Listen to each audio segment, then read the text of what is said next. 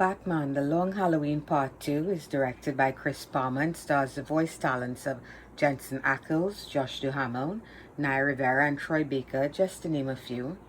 And picking up right where Part 1 left off, the killer known as Holiday continues to stalk the Falcone crime family, while a new class of costume criminal rises in Gotham City.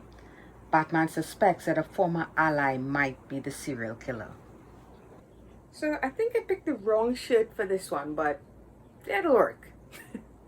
So Batman The Long Halloween Part 2, the conclusion of the fantastically adapted Part 1. How did they end things? For me, it was they stuck it. They stuck the landing. Here we have a continuation, of course, of that. A lot of good things, that gorgeous artwork, the voice casting, the fight sequences, the fight cinematography, I don't know if we can call it that, but they were so well done. But they stepped everything up with Part 2, so let's break it down.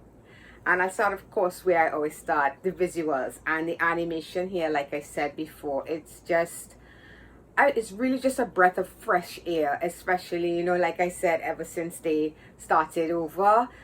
They've really stepped up their game here and allowed for a kind of freedom of creativity with what we're seeing. So I absolutely love the artwork. I love the character design choices here, especially Two-Face, Poison Ivy, even Catwoman. I really like what they've done here with these characters. And again, this is a story that, now, of all the Batman stories, I think I said this was one that I actually haven't read. I'm familiar with The Long Halloween, the name of it, but that's about it. So I went into this with really fresh eyes and trying to figure out the whodunit of it all. And again, this is a really cool aspect to this story. This is not your typical Batman movie, that focuses, or I should say Batman animated movie that just focuses on how brilliant Batman is and how perfect he is as a crime fighter. Here we see a very flawed Batman who is learning the ins and outs, who's becoming the world's greatest detective, and here, I mean, it gets a bit redundant at times and kind of silly almost, that's where I would kind of deduct points. But the amount of times poor Batman gets knocked out here, it's kind of ridiculous. It's like, dude, I would hope you would learn the first couple times it happened to watch your back, and that just felt a little bit silly to me. But I like I said, I did not read the graphic novel, so I don't know if that takes place there. Another aspect that, again, I enjoyed this film overall, but just trying to look at everything, separately. And for me, there are moments here that kind of messed with the tone a bit, because like I said, this is not your typical Batman story. This is a detective whodunit mystery in the world of Batman and Gotham. And whenever like the final act, there's some issues I have there that I'll get into, but whenever there was some of these villains, they just did not mesh for me with the overall tone of this. For instance, I could see Penguin meshed up in this whole mafia world. I can see Two-Face in it. There's certain characters like that. Even Black Mask, that these characters, they are super villains in a sense, but they fit into the kind of aesthetic that Gotham has, which is this kind of old world Italian mafia timeline type thing that you would have seen in The Godfather.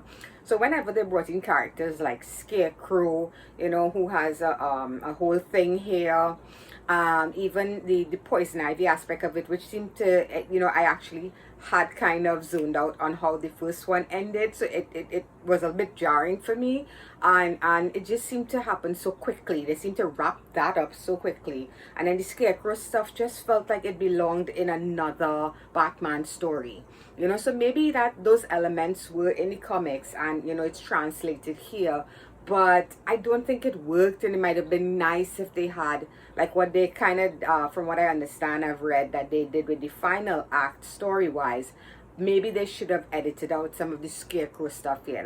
It just, like I said, the tone of it didn't really work for me considering what this story is about. And then I have, again, I brought to the final act. Let me start by saying, though, the voice cast, the voice, of course, is the same people returning, but I have to give props where props is due. And Josh Duhamel knocked it out of the park with his Two-Face. Absolutely did not see that coming.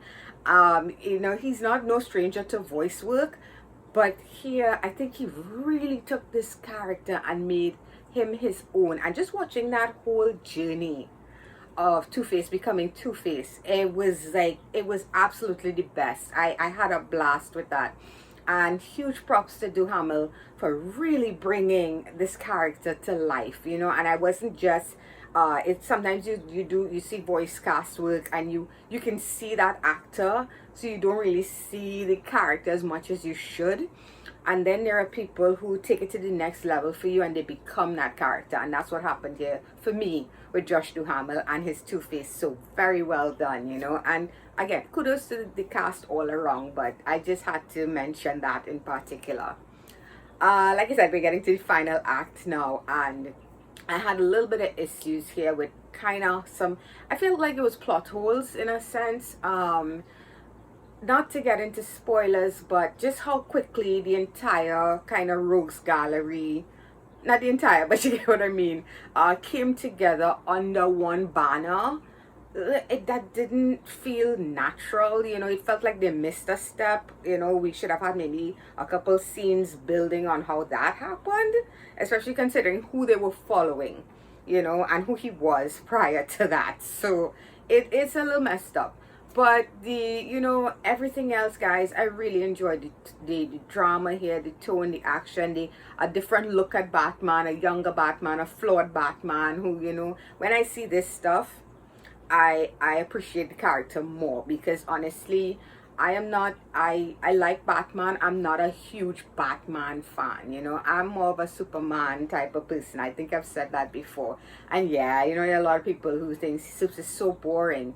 But you know, the thing about it is, when the best Superman stories, and the ones I would recommend to somebody who I wanted to get into Superman, so to speak, would be the Superman stories that focused on his humanity and his flaws, you know, his weaknesses.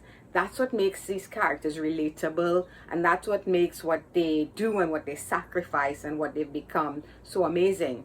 Same goes for Batman. You know, if you make this character so perfect, there's nothing he can't get out of. There's nobody Batman can't defeat with money and time, or whatever it is you want to say there. I like these Batman stories, and I like these stories we've been getting of late. You saw it too in the other Batman movie. I think it's Soul of the Dragon or something like that. You see a flawed Batman, you see a Batman that's learning. And for me, watching that and knowing who he becomes, that works better for me. I can appreciate how perfect Batman is when I see how much he learned. You know, I can see that journey. So huge props to them. And for me, guys, this is a strong, I would say, anywhere between 7.5 and 8 out of 10. So I'll decide on that score here.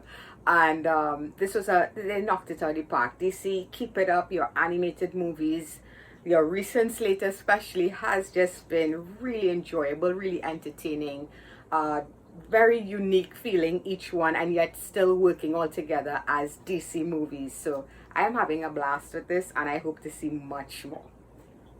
And that's going to be it for this one, guys. So I hope you enjoyed this video, and if you've seen this movie, if you've seen both films, let me know what your overall scores are. If you like this video, please feel free to hit that thumbs up button. It's always appreciated. And if you're new and you'd like to subscribe to my channel, you can click on my mug when it pops up right about there. So until the next Batman movie, guys, bye-bye.